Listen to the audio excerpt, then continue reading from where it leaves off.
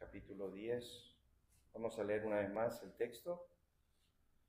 Antes de seguir desarrollando, dice: hermanos, ciertamente el anhelo de mi corazón y mi oración a Dios por Israel es para salvación. Y estos están un poco diferentes porque estamos desarrollando estos versículos, porque yo les doy testimonio de que tienen celo de Dios, pero no conforme a ciencia, porque ignorando la justicia de Dios y procurando establecer la suya propia, no se han sujetado a la justicia de Dios. Porque el fin de la ley es Cristo para justicia a todo aquel que cree. Porque de la justicia que es por la ley, Moisés escribe así: el hombre que haga estas cosas vivirá por ellas. Pero la justicia que es por la fe dice así: no digas en tu corazón quién subirá al cielo, esto es para traer abajo a Cristo, o quién descenderá del abismo, esto es para hacer subir a Cristo de entre los muertos. Mas que dice: cerca de ti está la palabra, en tu boca y en tu corazón. Esta es la palabra de fe que predicamos, que si confesares con tu boca que Jesús es el Señor, y creyeres en tu corazón que Dios le levantó de los muertos, serás salvo. Porque con el corazón se cree para justicia, pero con la boca se confiesa para salvación. Pues la Escritura dice: todo aquel que en él creyere no será avergonzado. Porque no hay diferencia entre judío y griego, pues el mismo que es Señor de todos es rico para con todos los que le invocan. Porque todo aquel que invocare el nombre del Señor será salvo. Y como ya dijimos, no es un meramente llamar, sino pensando en el salmista en el Salmo 42, cuando dijo: de lo profundo Jehová clama. Pensando en eso, que es un llamar profundo, que es un obrar profundo del Espíritu en el alma, y ese es el clamor que vemos aquí. Pero hay una realidad presente y que es nuestra responsabilidad, la de la fe, la del creer, la del arrepentimiento, pero la realidad es la que sigue: ¿cómo pues invocarán a aquel en el cual no han oído? ¿Y cómo creerán en aquel de quien no han creído? ¿Y cómo creerán en aquel de quien no han oído? ¿Y cómo oirán sin haber quien les predique? ¿Y cómo predicarán si no fueren enviados?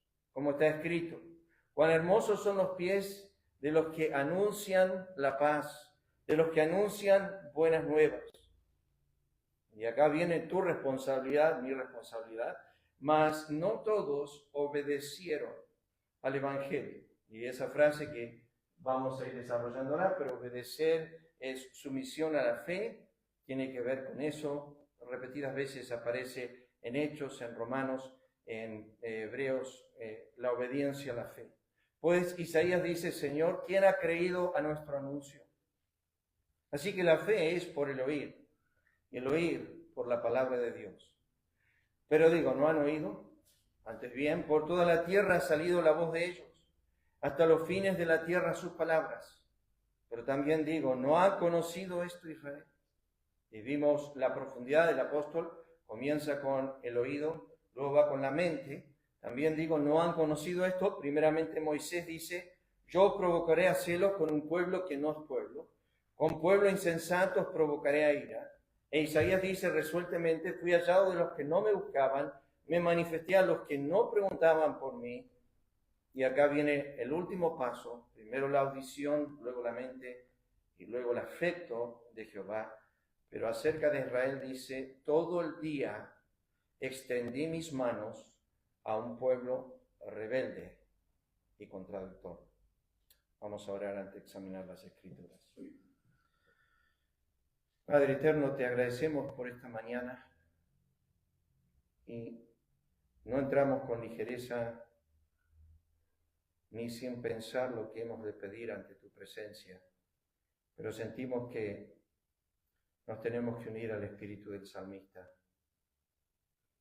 que si hemos de ver va a ser por tu obrar, y si hemos de oír va a ser por tu obrar, y si hemos de entender va a ser por tu obrar. Así que humildemente nos inclinamos a ti en esta hora para pedirte que nos hagas oír y que abras nuestros ojos para ver e inclines nuestros corazones para entender.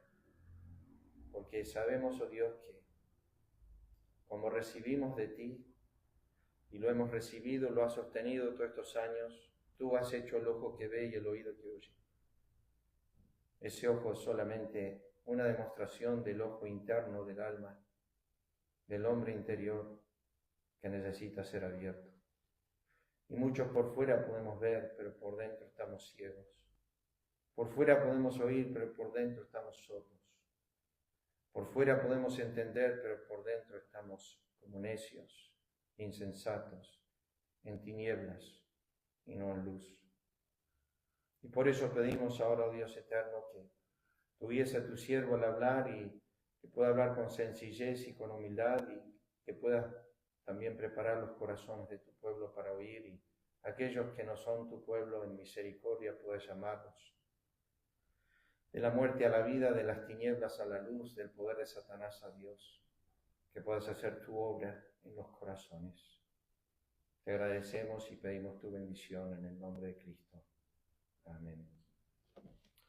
Voy a repasar los versículos, solamente leerlos. Lo que miramos la semana pasada fue este versículo 2. Comenzamos a mirar el versículo 3. Porque yo les doy testimonio de que tienen celo de Dios. Está hablando de la nación de Israel, Pablo, pero no conforme a ciencia. Y en el versículo 3 ya nos declara que ellos no son un grupo salvo. Dijimos muchas cosas acerca de esto. Podemos tener muchas cosas que parecen ser que nos hacen creyentes y no lo somos. Aquí de Israel dice tienen celo. Y tienen celo de Dios. Y uno dice, una persona que tiene celo de Dios debe conocer a Dios, no necesariamente. Es más, Cristo en Mateo, Juan capítulo 16, citó esto en relación a Pablo, cuando dijo, en aquel día os perseguirán, os matarán y pensarán que hacen servicio a Dios. Perseguirán y matarán y pensarán que hacen servicio a Dios. Pablo era de ese grupo. Estaba matando, persiguiendo a los creyentes y pensaba que estaba haciendo servicio a Dios. Pero lejos de todo eso. Es más, la voz del cielo cuando se encuentra con Saulo y le dice, Saulo, Saulo, lo primero que establece es que estaba pecando contra Dios. Le dice, Saulo, Saulo, ¿por qué me persigues? Y Pablo no sabía eso. No sabía que él estaba actuando de una forma pecaminosa contra el Altísimo. Y sin embargo, él creía que estaba sirviendo a Dios, pero estaba totalmente ajeno a la voluntad de Dios, ajeno a la vida de Dios. Es más, estaba pecando contra el cuerpo de Cristo, contra la niña de su ojo, como nos dice a través de los salmos. Porque yo les doy testimonio de que tienen celo de Dios, pero no conforme a ciencia. Ninguno de nosotros va a estar en la situación que estuvo Satanás. Ninguno estuvo delante del trono. Ninguno fue hecho un verdadero adorador. Él estaba delante del trono. Algunos lo llaman el quinto querubín. Ustedes saben que hay 4 seres vivientes en el trono. Él se paseaba delante de los carbones encendidos, nos dice Ezequiel capítulo 28. Él tenía la postura más alta de todos. Algunos creen que él cubría con sus alas el trono. Este era el quinto querubín protector. Y estaba delante del trono. Y hoy, como me tocó en mi lectura, Ezequiel capítulo 28, leí las 3 causas que lo llevaron a la ruina. Una de las causas era su resplandor, otro su hermosura, y otro, la multitud de sus contrataciones, o el dinero que él movía. ¿Cómo hacía eso en el cielo? No, la Biblia no nos especifica. Lo que sí la Biblia nos dice más adelante, en 1 Timoteo capítulo 6, versículo 10, el amor al dinero es la raíz de todos los males. Quizás podemos apuntar que en algún momento en el cielo, la multitud de sus mercancías y tráficos en dinero hizo que él se corrompa. Su hermosura lo corrompió, su resplandor lo corrompió y la multitud de sus contrataciones lo corrompieron. Mi padre siempre decía, el mal de la abundancia, tener mucho nos destruye, nos arruina. Miren, Dios le abundó a Adán y fue para la ruina. Dios le abundó a Israel y fue para la ruina. Dios le dijo en Deuteronomio, cuando abundes, cuando tengas casa, cuando tengas niñas, cuando tengas todo, cuídate de no olvidarte de Jehová tu Dios. El mal de la abundancia es algo que vemos a través de las Escrituras y es un peligro. Cuanto más Dios nos da, peligra nuestro corazón. Pienso en el Antiguo Testamento, el rey Usías. La Biblia dice, cuando se engrandeció, se enalteció para su ruina. O sea que mucha abundancia tenía el rey Usías y esa abundancia lo llevó a la destrucción. Pero tú puedes comenzar en apariencia con Dios y una relación. Siempre pienso en Salomón. Yo no creo que Salomón perdió la salvación ni nada por el estilo, pero Salomón empezó con 2 apariciones de Jehová en su vida cuando era joven. Y era como Jehová le firmó un cheque y le puso un cheque en blanco, le dijo, pídeme lo que quieres y te lo daré.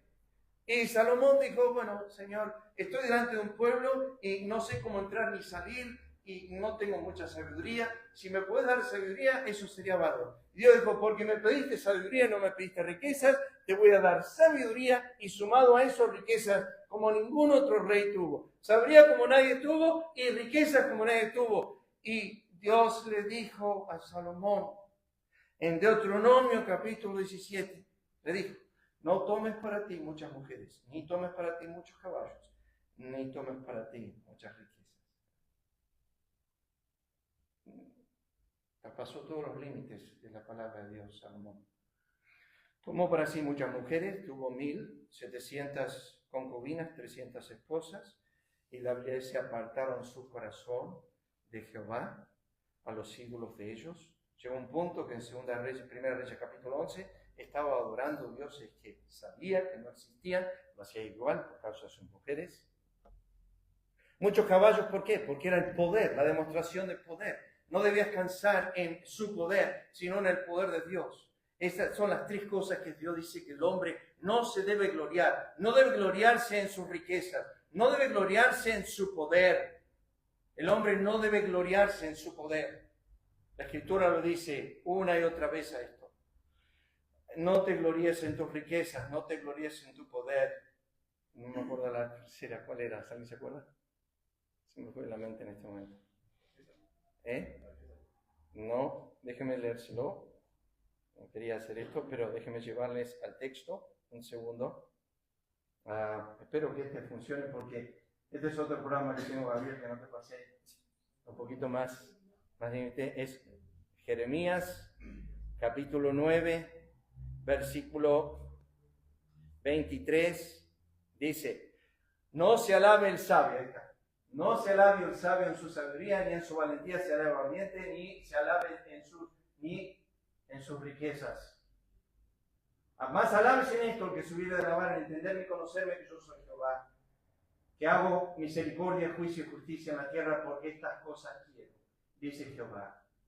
Salomón tenía mucha sabiduría. Salomón tenía mucha fuerza con sus caballos y Salomón tenía mucha riqueza. Bueno, ustedes ya saben. 3 hombres en la Biblia que nos resaltan en cuanto a la posición que la mujer siempre ha sido la ruina. David era un hombre que algunos llaman el más espiritual y cayó con la mujer. Sansón, marcado por su fuerza, cayó con la mujer. Salomón, marcado por su sabiduría, cayó con la mujer. ¿Qué es lo que enseñan estos 3 hombres? Que no hay ni espiritualidad, ni poder, ni sabiduría contra la mujer. No hay. Siempre las 3P para el pastor, que tiene que velar y cuidar. El tema de la plata, el poder, la pollera. El tema de la plata, poder, la pollera. El peligro. Uno dice, no, a mí no me va a pasar. Pero puede pasar a cualquiera. Más que el corazón es engañoso y perverso sobre todas las cosas, dijo Jeremías, capítulo 17, versículo 9, ¿quién lo conocerá? Entonces, pensando en esto, que nosotros podemos empezar bien como Salomón y terminar mal. Y terminar en lo que parece ser, ¿conocía este hombre al Señor? Terminó adorando a Dios y si la Biblia dice, la ira de Jehová vino sobre él. Yo creo que Salomón está en la presencia del Señor, pero se apartó horriblemente de Jehová. Y uno puede pensar y decir, bueno, presente, ¿le puede pasar esto? ¿Se puede distanciar tanto del Señor? Sí, sí puede. Puede pecar aún más que los gentiles, porque Pablo cita eso en 1 Corintios capítulo 5, cuando dice, hay un pecado entre vosotros que ni aún se menciona en el mundo. No, ustedes están pecando más que en el mundo. Bueno, me desvío un poco. Volvamos al texto. Entonces, Pablo dice, por eso les doy testimonio de que tienen celo de Dios, pero están perdidos, pero no es conforme a ciencia. Y aquí viene la frase que empezamos a desarrollar. Voy a volver a esto, porque ignorando, esa frase ignorar, no es una de falta conocimiento y por eso están en la situación que están. La palabra ignorancia en relación a Israel tiene que ver con un desechar, una abundancia de conocimiento que ellos comenzaron a desechar, ignorando la justicia de Dios. A esto, no anoté los textos, pero déjenme simplemente decirles, ¿cómo podía ser que Israel ignore la justicia de Dios cuando Pablo dice en Romanos capítulo 3, versículo 21, aparte de la ley, dice, se ha manifestado la justicia de Dios testificada por la ley y los profetas. O sea que lo que más anunciaba la ley y los profetas era la justicia de Dios. Y Pablo dice, ignorando la justicia de Dios. Escuchen, siempre hemos visto al hombre desviarse de este tema. Si nos remontamos al principio, a Génesis, el capítulo 4, tenemos dos hermanos. Uno se llamaba Abel, el otro Caín. Caín era el primero que nació. Abel era el segundo. Ese principio, primero y segundo, lo van a recorrer a través de toda la Escritura. Por ejemplo, Eliab, el hermano mayor de David, primero, y David, el último. El primero, la Biblia dice, fue rechazado por Dios. El último fue aceptado. El primer rey, Saúl, fue rechazado por Dios. El segundo rey, David, fue aceptado por Dios. Y ese paralelo, primero no, segundo sí. Naciste en la carne primero y luego naces en el espíritu. Segundo. El principio 1 y 2 se corre a través de la Biblia. El primero que es la ley y luego el segundo que es la gracia. Quita, dice Hebreos capítulo 10, quita lo primero para establecer esto último, o lo segundo. ¿Por qué digo esto? Porque Caín ofrece un sacrificio. Primero lo ofrece Abel y Abel ofrece un cordero. Y uno se pregunta, ¿por qué un hermano y otro hermano diferencian el sacrificio? Bueno, la Biblia dice, nos cuenta en Hebreos el capítulo 11, que Abel ofreció un más excelente sacrificio de Caín. Y nos dice cómo, por la fe. ¿Cómo por la fe? La fe viene por el oír por la palabra de Dios. ¿Qué pasó? No sé si Dios o Adán tomó a sus dos hijos y dice, hijo, escúchame. ¿Sí? ¿Qué pasa, papá? Para acercarse a Dios hay una sola manera. ¿Ah? ¿Cuál es? Hay que traer un cordero. ¿Cordero? Sí. Porque el cordero está en nuestro lugar, toma nuestro lugar. ¿Dónde lo aprendiste esto, papá? Bueno, antes de salir del huerto, para vestirnos, Dios tuvo que matar animales. Derramó sangre para poder vestirnos. ¿Ves? Entonces, la sangre derramada en el huerto representaba que la única aceptación de Dios es que se cubre a través de un animal muerto. En el Antiguo Testamento venía el oferente y traía su cordero.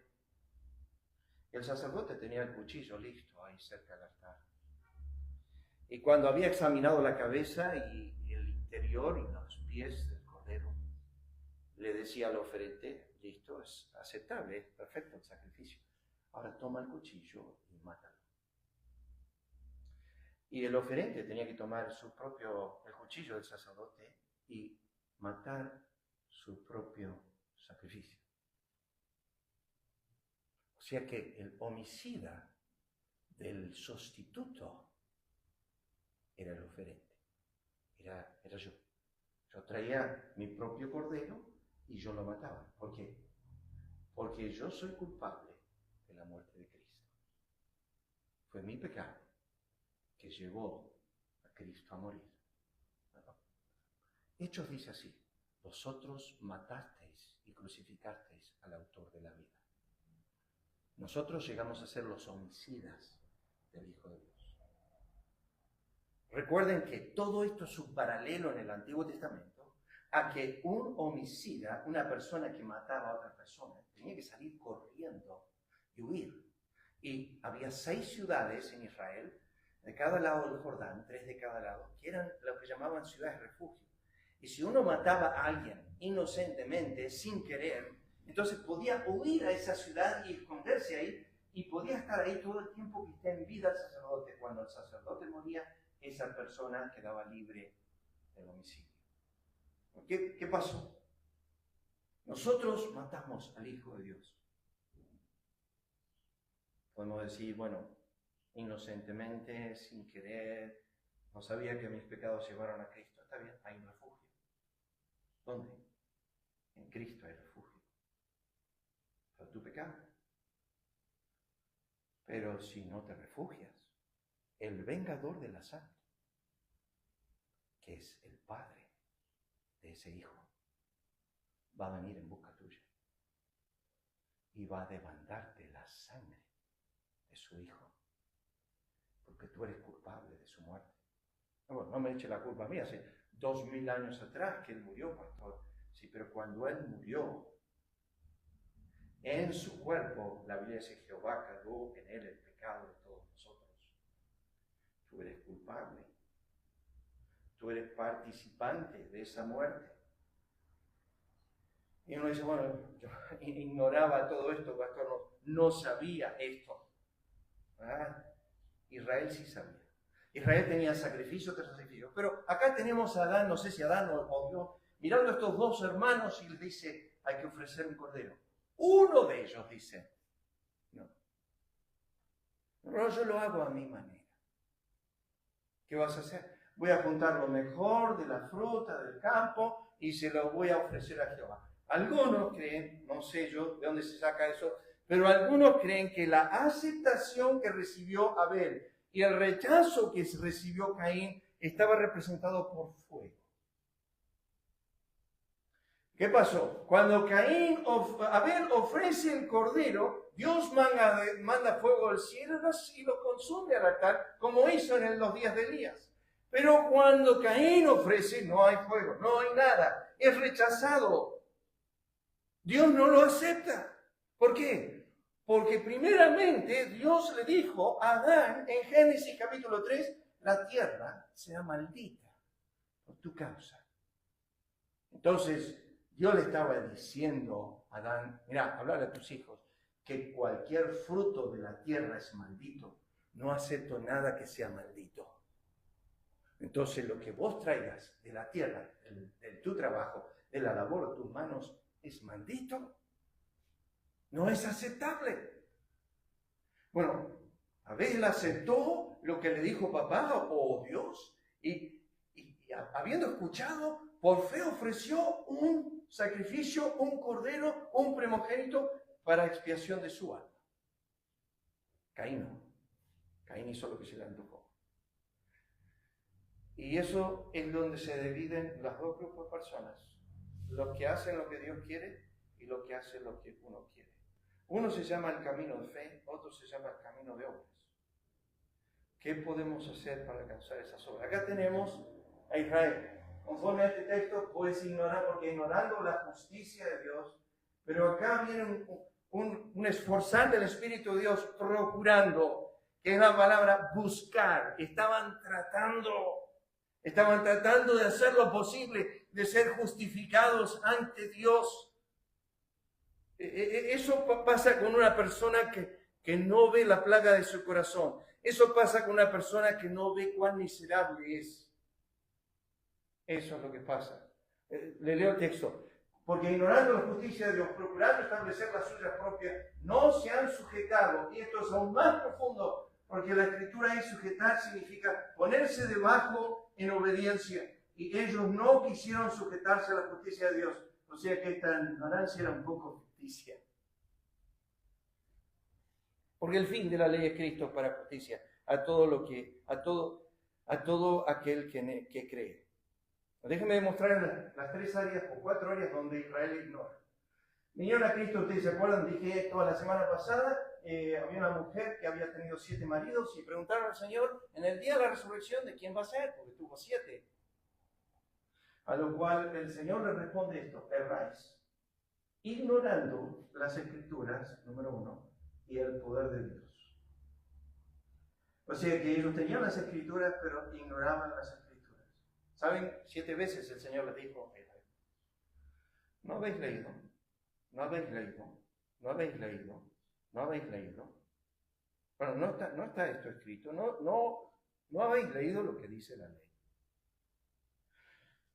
2. Israel ignoraba los beneficios dados por Dios físicamente o menosprecia las riquezas de su benignidad, paciencia y longanimidad. Estos son atributos de Dios. Benignidad, paciencia y longanimidad. Y luego dice, ignorando, porque Romanos 2 está en el contexto de los judíos, ignorando que su benignidad te guía al arrepentimiento. Esto es la nación de Israel. Y llegamos a Romanos 10, versículo 3. Porque ignorando la justicia de Dios, ignoran las Escrituras, ignoran el poder de Dios, ignoran la benignidad de Dios e ignoran la justicia de Dios. ¿Pero por qué? Bueno, ya cité esto, voy a pasar rápidamente. Desecharon sus estatutos y el pacto que él había hecho con sus padres. Dejaron todos sus mandamientos de Jehová, su Dios, y le hicieron imágenes fundidas de 2 becerros. Por tanto, llegando al final, porque desecharon la ley de Jehová de los ejércitos y abominaron la palabra del Santo, cambió mis decretos y mis ordenanzas en impiedad. Ya lo hemos citado a eso. Porque no pusieron por obra mis decretos, sino que desecharon mis estatutos y profanaron mi día de reposo. Pero aquí es donde quiero empezar. Lucas 7:29. Cristo está hablando a 2 grupos de personas. En el 29 de un grupo y el 30 en el otro. En el 29 dice, todo el pueblo y los publicanos, cuando lo oyeron. Está hablando de Juan el Bautista. Escuchen el texto. Todo el pueblo y los publicanos, cuando lo oyeron, justificaron a Dios. Oh, yo no le puedo dar justicia a Dios. El texto lo que está diciendo es, ellos reconocieron que Dios y su justicia ellos necesitaban y que la manera que Juan estaba predicando, que debía el pueblo arrepentirse, era correcto. Justificaron a Dios. Bautizándose con el bautismo de Juan. Pero ahora viene el otro grupo. Más, los fariseos y los intérpretes de la ley, dice la Escritura, desecharon los designios de Dios respecto de sí mismos. ¿Qué designios de Dios? Eres injusto. Si tú agarras y lees Romanos, me acuerdo porque hablo de esto por el pastor Alejandro Pelufo, que años atrás, Alejandro Pelufo tenía 18 años y quería probar que la Escritura no era verdad. Pastor en Lobos, para aquellos que no lo conocen. Y él era ateo. Y él agarró una Biblia y la empezó a leer. Empezó con Mateo. Leyó Mateo, Marcos, Lucas y Juan. Y ya estaba returbado con lo que había leído. Y cuando llegó a Romanos, leyó hasta el capítulo 3 y dejó de leer. Porque cayó con tanta convicción de pecado que no sabía qué hacer. Y nadie se acercó a hablarle de Cristo. Nadie le habló. Lo único que él hizo es agarrar una Biblia y probar que Dios no existía. Y cuando empezó a leer, Dios empezó a manifestarse a su corazón. Y cuando llegó a Romanos 3, leyó esto. No hay justo ni aun uno. No hay quien entienda. No hay quien haga lo bueno. No hay quien busque a Dios. No hay ni siquiera uno. Bueno, ahí cerró. Porque en esos 4 no hay justo, no hay quien haga lo bueno, no hay quien entienda, no hay quien busque a Dios. En esos 4 él se encontró. Está hablando de mí. No hay justo, no hay quien entienda, no hay quien haga lo bueno, no hay ni siquiera uno. Y los fariseos, dice la Escritura, y los intérpretes de la ley directamente desechados. Sí, está diciendo la verdad. El papá está diciendo la verdad. ¿Saben lo que el pastor Alejandro Pelufo decía? No me quiero involucrar con el Evangelio porque no voy a poder pecar, no voy a poder disfrutar de los placeres de este mundo. Tengo que dejar todos estos placeres por él. Pero no pudo sostener la convicción. Y pocos meses después se arrepintió. No pudo contra la verdad. No pudo con la verdad de las Escrituras. Cristo está hablando, queridos hermanos. Cristo está dando este comentario, no yo. Cristo está diciendo, los fariseos y los intérpretes de la ley están donde están porque desecharon los designios de Dios respecto de sí mismos. Dios tenía propósito para ellos. Ellos rechazaron los propósitos de Dios en cuanto a sí mismos. Leí este texto semana pasada. Dios dice que quería en la tierra, lo voy a leer del principio, oír palabra de Jehová, hijos de Israel, porque Jehová contiende con los moradores de la tierra, porque no hay verdad, ni misericordia, ni conocimiento de Dios en la tierra. Y acá viene el texto, mi pueblo, Israel, fue destruido porque le faltó conocimiento, por cuanto desechaste. Acá está el problema. Desechaste el conocimiento. O sea, ¿tenían mucho? En Romanos 1, hermanos, no tengo ni tiempo para ir ahí, pero simplemente decirles que la Biblia dice que el corazón del hombre empieza con luz y termina con tinieblas. No es que uno nace y es pobrecito, hay que hablarle de la Biblia y todo lo demás, porque no sabe. Nosotros con mi esposa llegamos a Bragado hace, ¿cuántos años atrás, señora? ¿De qué? ¿Cuánto? ¿7 años? Hace 7 años que fuimos a Bragado y se surgió todo este tema con 9 de julio. Bueno, ahora se está abriendo una obra ahí en Peguajó, así que el Señor va viendo cosas así, haciendo eso. Pero déjenme decirles esto. Cuando yo llegué a Bragado, yo estaba pensando, ¿cómo vamos a empezar acá?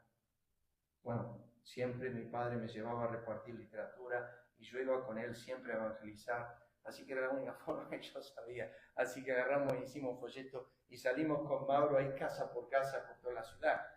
Hablamos con mucha gente, dimos Biblias a muchas personas, pero nadie vino al conocimiento de la verdad y nadie se acercó a través de ese medio. Pero yo pensaba todo el tiempo, Señor, tú has estado acá mucho antes que yo, porque todas las mañanas haces salir tu sol sobre los justos e injustos de Bragado, y todos los días haces llover sobre los buenos y malos de Bragado. Y tus cielos cuentan tu gloria todos los días a los habitantes de Bragado.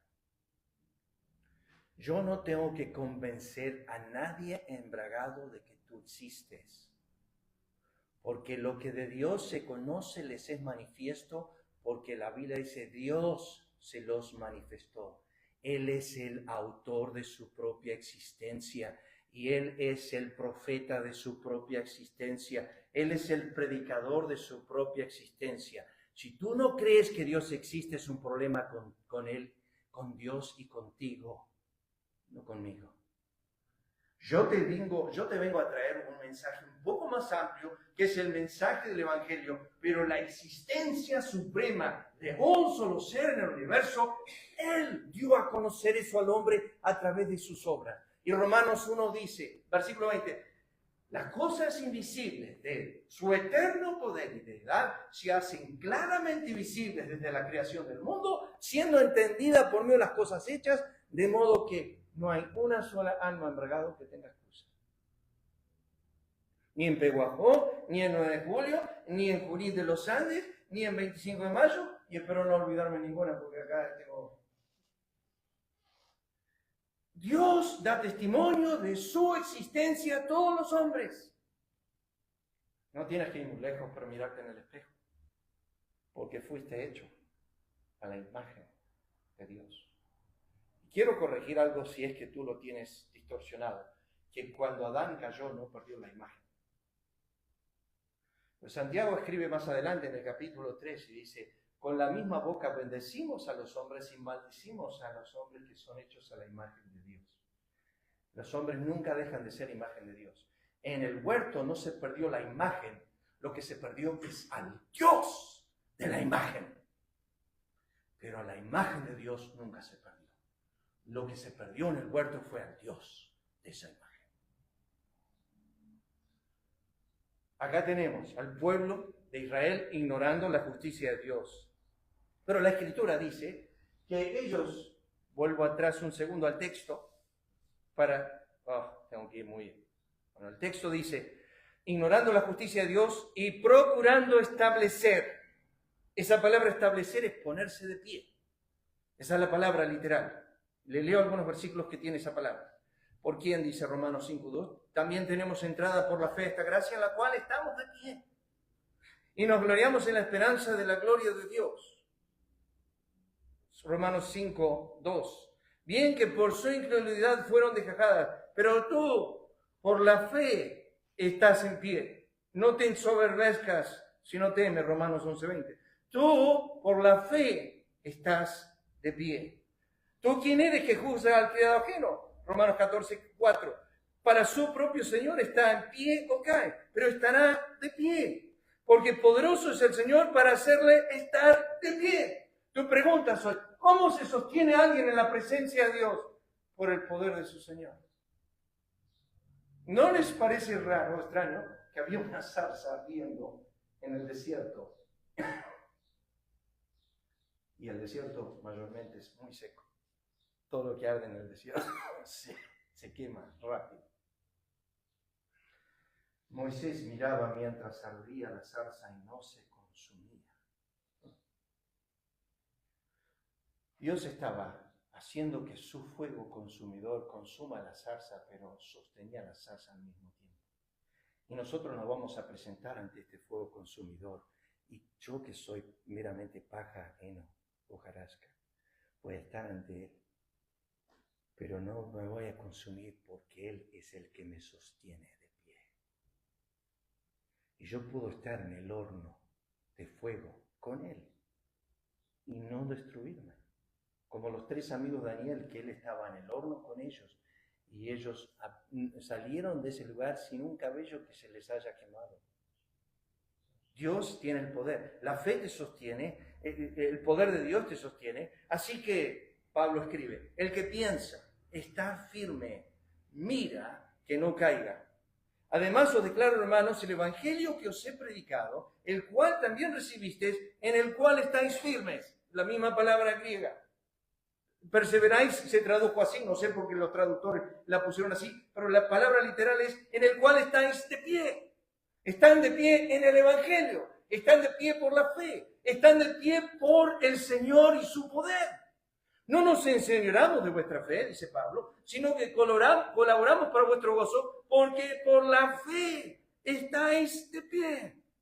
Por conducto de Silvano, a quien tengo por hermano fiel, os he escrito brevemente, amonestándoos y testificando que esta es la verdadera gracia de Dios en la cual estáis de pie. Misma palabra griega. Pues sí, que estamos de pie por la fe, estamos de pie por el poder de Dios, estamos de pie por la gracia. Y aquel que es poderoso para guardaros sin caída y ponernos de pie sin mancha delante de su gloria con gran alegría. Depende del poder de Cristo que yo esté de pie un día en el trono. ¿Y saben cuántas veces esta palabrita de pie, que es la palabra del griego istemai, aparece 24 veces en Apocalipsis? Y en una ocasión, en Apocalipsis 15, versículo 2, dice, y los santos estaban de pie sobre el mar de vidrio mezclado con fuego.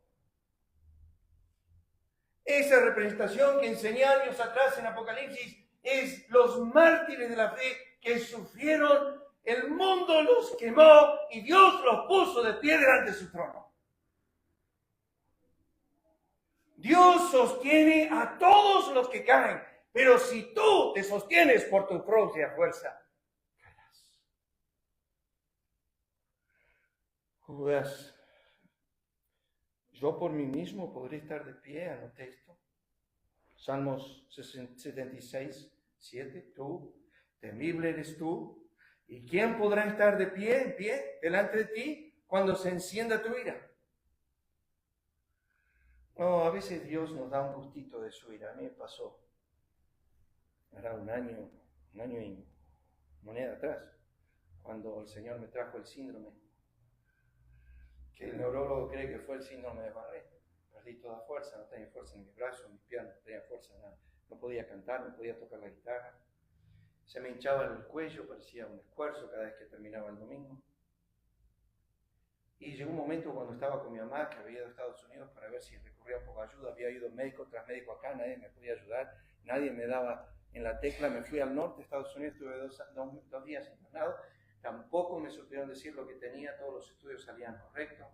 No había nadie que me podía decir. Y fui y me encerré en una pieza con mi mamá, ahí estuve con ella, que pude estar con ella, gracias a Dios, más o menos 8 días.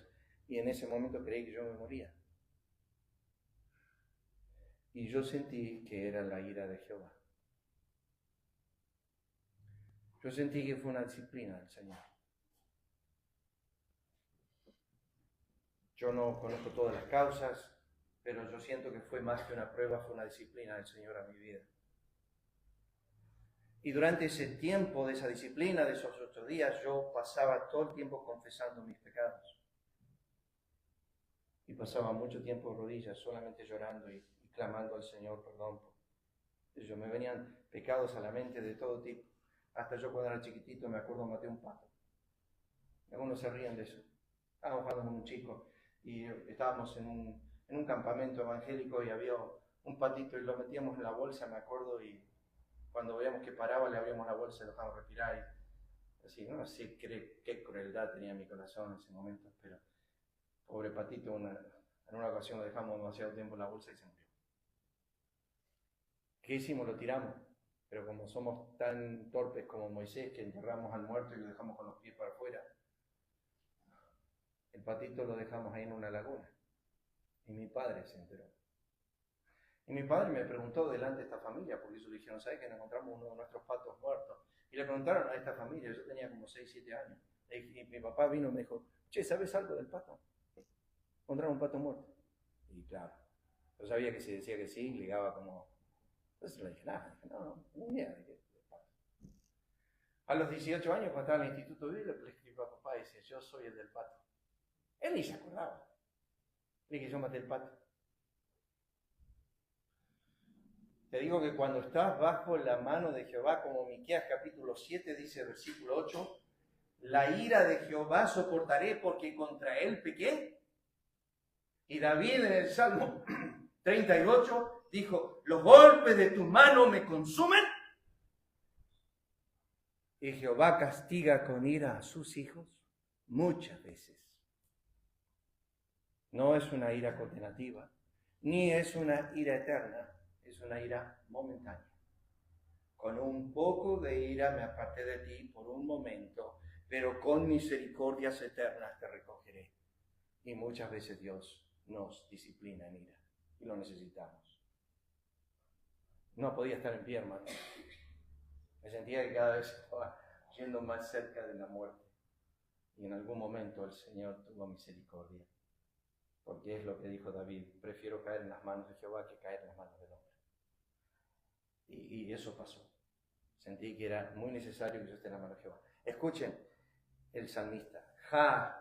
Si mirares a los pecados, o sea, si empiezas a marcar cada pensamiento malo que tienes en el día. Cada palabra que dices que está fuera de lugar, cada palabra menospreciativa, lastimadora, injuriosa, envidiosa, celosa, escarnecedora. Cada vez que hablas mal contra tu prójimo, oh Jehová, si mirares a los pecados, ¿quién, oh Señor, podrá mantenerse? Pero en ti hay perdón para que seas referenciado. Él no dijo nada. Estaba en el suelo escribiendo con su dedo. Alguien dijo que Cristo nunca escribió nada, pero lo que escribió todavía no sabemos qué fue. En Juan capítulo 8 vinieron y trajeron una mujer a agarrar el mismo acto de adulterio y le dijeron conforme a la ley ella debe morir. Y Cristo puede haber dicho conforme a la ley ellos. ¿Dónde está el hombre? Ellos deben morir. Me trajeron a la mujer nomás. ¿Dónde está el hombre que cometió el acto de adulterio?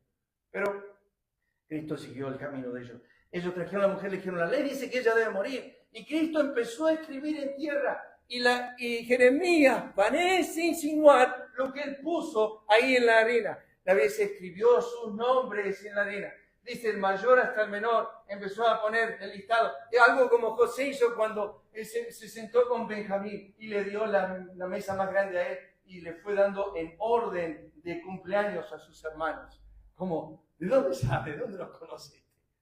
Bueno, Jesús, no sé si fueron los nombres o escribió la ley, pero cuando terminó de escribir, ellos se inclinaron para mirar lo que él estaba escribiendo. Y él les dijo esto: el que esté sin pecado, tire la primera piedra. Acusados, dice la Biblia, acusados por su conciencia, no se pudieron quedar de pie ante él. No pudieron permanecer en el lugar. La Biblia dice, acusados por su conciencia, se fueron desde el mayor hasta el menor. ¿Por qué el mayor? Porque se pecó más que cualquiera. Desde el mayor hasta el menor se fueron de su presencia. No quedó nadie. Y Cristo levantó los ojos y dijo, mujer, ¿dónde están los que te acusan? Él dijo, ¿no hay ninguno? No, Señor, no hay nadie. Y Jesús se levantó y dijo, ni yo te condeno. Vete y no peques más, ni yo te condeno. Él no perdonó el acto de adulterio nomás, hermanos. Él estaba extendiéndose a todo lo que ella era. Recuerden que la mujer samaritana volvió a la ciudad y miró a los hombres, porque eran hombres con quienes ella se pasaba el tiempo. Ella le dijo a los hombres de la ciudad, he aquí un hombre que me dijo todo lo que soy. Un hombre que me dijo todo lo que soy. ¿Quién puede sostenerse ante él? Si él meramente te dice, tú eres el hombre. David no pudo sostenerse ante la voz del profeta Natán. Se desplomó, cayó y empezó a escribir Salmo 51. ¡Ten piedad de mí, oh Dios! No se pudo sostener. Ni tú ni yo nos podemos sostener cuando él habla. Cuando él dice, tú eres el hombre. Oh, Señor, ten piedad de mí. Echa su hielo como pedazos ante su frío. ¿Quién resistirá? La misma palabra hebrea. ¿Quién puede sostenerse de pie ante Dios? Si Él congela los polos, ¿quién puede resistir a esto? Si Él levanta un behemoth o un leviatán, ¿quién puede resistirlo? Y si estos animales son más fuertes que nosotros y nos despedazan, ¿cómo podemos creer que nosotros vamos a sostenernos ante el creador de ellos? Si ellos nos atribulan y nos humillan, ¿cómo pensamos que nosotros podemos sostenernos ante él? Porque grande es el día de Jehová y muy terrible. ¿Quién podrá soportarlo? ¿Y quién podrá soportar al tiempo su venida? ¿O quién podrá estar en pie cuando él se manifieste? Porque él es como fuego purificador y como jabón de lavadores. Pero Job dijo, yo voy a ir hasta su silla, yo voy a razonar con él, voy a discutir con él, voy a traer mi sabiduría, voy a traer mi justicia.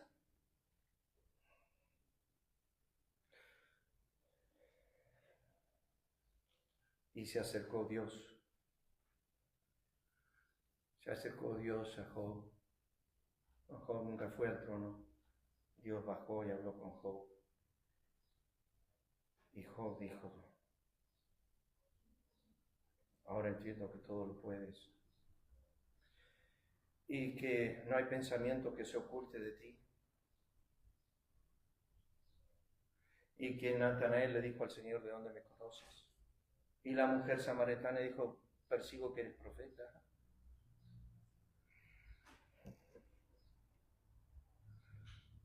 Ante su voz los cielos tiemblan, ante su voz la tierra tiembla, ante su voz humeó el Sinaí, ante su voz se partieron las aguas del Mar Rojo y las aguas del Jordán temblaron a la presencia de Jehová. ante su voz cuando se acercaron esa turba de soldados. Le preguntó, ¿a quién buscáis? Y ellos dijeron, a Jesús Nazareno. Y él respondió 2 palabras, yo soy. Y cayeron todos. Y luego cuando se levantaron volvieron a preguntarles, ¿a quién buscáis? Y ellos dijeron, a Jesús Nazareno. Y él dijo, yo soy, dejadlos a ellos ir. Y no pudieron tocar uno de los discípulos porque estaban guardados por la palabra de él. Él se rindió. No había cuerdas que podían atar el poder que le dio a Sansón para romper cuerdas. No había poder que podía atar a Cristo.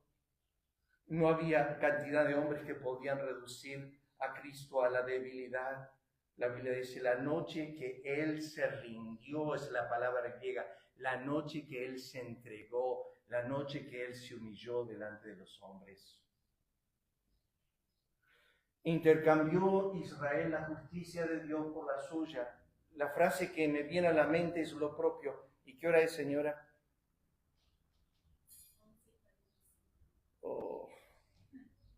¿Me dejan terminar con esto nomás? Con el texto. Ignorando la justicia de Dios, y dice el texto, y procurando establecer la suya propia, ¿ante quién? Ante Dios. No se han sometido a la justicia de Dios. Escuchen lo que hizo Israel, lo propio. Déjenme leerle rápidamente. Proverbios 3:5 dice, fíate de Jehová de todo tu corazón, no te apoyes en tu propia prudencia, no seas sabio en tu propia opinión. Prenderán al impío sus propias iniquidades. Todos los caminos del hombre son limpios en su propia opinión. Pregúntale que se llama un folleto a alguien. Va a la casa, golpeale la puerta. Y cuando te hablen, diga, te quiero hablar de Cristo, del camino de la vida eterna, de la eternidad con Cristo. Te quiero hablar acerca del Evangelio. Te van a decir, yo nunca le hice mal a nadie. Yo soy una muy buena persona. Perdón, discúlpame, me equivoqué de casa. No hay justo ni a uno, no hay quien haga lo bueno, no hay quien entienda, no hay quien busque a Dios. Vos sos la excepción. Todos los caminos del hombre son limpios en su propia opinión. Muchos hombres proclaman su propia bondad. Este ha sido un medidor para mi vida. Oh. Cuando bien tengo un matrimonio que tengo que aconsejar y viene el primero, o viene la esposa o el esposo viene y me dice, no, porque él es y me hizo y yo dije, primer lado de la moneda. Primer campana, ¡pum! Yo al otro todavía no escuché. ¿Qué piensa que me estoy mintiendo? No, la Biblia dice que todos proclaman su propia bondad. Vos no me venís acá a contar lo mal que hiciste en tu hogar. Me vas a contar lo bueno que hiciste, no lo malo. Proverbios 21:2, todo camino del hombre es recto en su propia opinión. Comer mucha miel no es bueno, ni el buscar la propia gloria es gloria. Para que no se estime sabio en su propia opinión. Hay generación limpia en su propia opinión, si bien no se ha limpiado su inmundicia. Pablo a los filipenses le dice, no mirando cada uno por lo suyo propio, sino cada cual también por los demás. Porque Pablo le dijo acerca de Timoteo, todos buscan lo suyo propio, no lo es de Cristo, pero tengo como testimonio a Timoteo que no es así. Timoteo no busca lo suyo. Pensaba en esta frase, ninguno busque su propio bien, sino el del otro, porque también yo en todas las cosas agrado a todos, no procurando mi propio beneficio, sino el de muchos para que sean salvos. Y termino con esto. ¿Por qué busco establecer lo mío? ¿Por qué Israel decidió intercambiar la justicia de Dios por la justicia de ellos? Bueno, primeramente, porque gratifica la carne, el ego, el yo. Gálatas 6 dice eso. Quieren agradar a la carne, por eso piden que se circunciden. Quieren una gratificación. Te hago una pregunta. Esto le preguntaba a tanta gente, porque gente me dice, no, supongamos que yo me estoy muriendo, me quedan 3 horas de vida. ¿Qué me decís que tengo que hacer para ir al cielo? ¿Qué debo hacer? De hecho, esta pregunta a mucha gente en la calle. ¿Qué debo hacer para ir al cielo? ¿Y saben lo que me respondo? Y puedo guardar los mandamientos. Pero me quedan 3 horas. Bueno, le digo, está bien, guardo los mandamientos. ¿Cuál es? Y todo me dice. Bueno, pero mencioname Son 613, pero mencioname 10, el decálogo. Decime cuáles son. Bueno, los mandamientos. Yo, ¿vos lo estás acordando? Y sí. A ver, citámelos. ¿Cuántos son? Decime cuáles son. ¿No matarás? Más. La mayoría no sabe mencionar más de 2 o 3 mandamientos, pero lo están guardando todos, gracias a Dios. No están guardando ninguno. Pero supongamos que estás manteniendo esa vida recta, que a los ojos de los hombres estás manteniendo estos 10. Son 613, pero 10. Ezequiel 20 dice, les di mandamientos que no podían cumplir a propósito, para que se sientan pecadores, no justos, para que se sientan quebrantadores y no guardadores del pacto. Pero gratifica la carne, decir, no, yo no miro mujeres, no robo, no miento, ya estoy mintiendo. Porque gratifica la carne. 2, establece mi vanagloria, mi orgullo, mis aplausos. No puse el texto, Romanos 4:2 dice, ¿qué halló Abraham nuestro padre? Si se justifica por las obras, tiene de qué gloriarse, pero no para con Dios. Magnifica mi poder, mi obra, mi esfuerzo. Deuteronomio 8:17 dice, no sea que cuando llegues a la tierra tengas todo y digas, mi poder y la fuerza de mi mano me hicieron esto. Es como Nabucodonosor cuando miró a Babilonia y dijo, esto es la obra de mis manos. ¡Wow! Esto es como la película de Tom Hanks del náufrago, cuando hizo el fuego y dijo, esto lo hice yo. Tenía una albañil en Ezeiza que siempre hacía una pared y después se quedaba como una hora mirando la bajada. Qué bien, te pasaste, negro.